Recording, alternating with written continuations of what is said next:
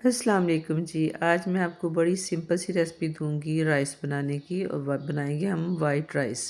White rice भी कह सकते हैं, ज़ीरा राइस भी। 1.5 गिलास लिए हैं मैंने राइस, उनको साफ़ कर लिया है। उसके बाद मैं इसको 3-4 पानी धोऊंगी अच्छा सारा। आपने ये नहीं करना कि पहले भिगो के रख दो और फिर धो, इस तरह चावल टूट जाएंगे। आपने इसको अच्छे से धो के रखना है। आधा घंटा रखा है, चावल भीग गए हैं।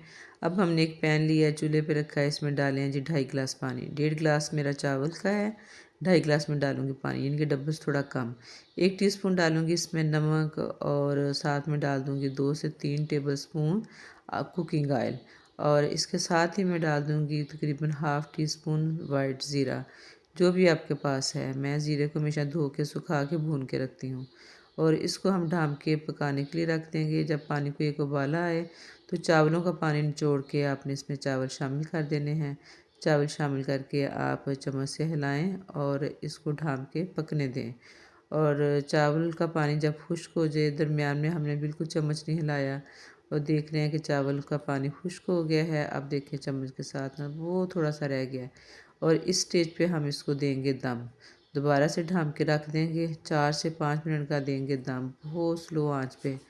और इसके बाद चावल हमारे जनाब तैयार हैं माशाल्लाह, खिले खिले से चावल। और ये नए जो मेरे बच्चे पकाने वाले हैं, नए कुकिंग करने वाले जो सीखने वाले हैं, उनके लिए एक बेहतरीन तरीका है। चावल बड़े अच्छे से गल के हैं, चूल्हा हमने बंद कर दिया है। और अब इसको हम खाएं आप जब मर्ज़ी, लेकिन चावलों को हल्के हाथों से हिला दें ताकि ढीले ना बने, और दोबारा से ढाँप दें। वीडियो पसंद आए तो प्लीज़ वीडियो को लाइक कर दें, चैनल पे न्यू हैं तो सब्सक्राइब कर दें। अल्लाह हाफिज़।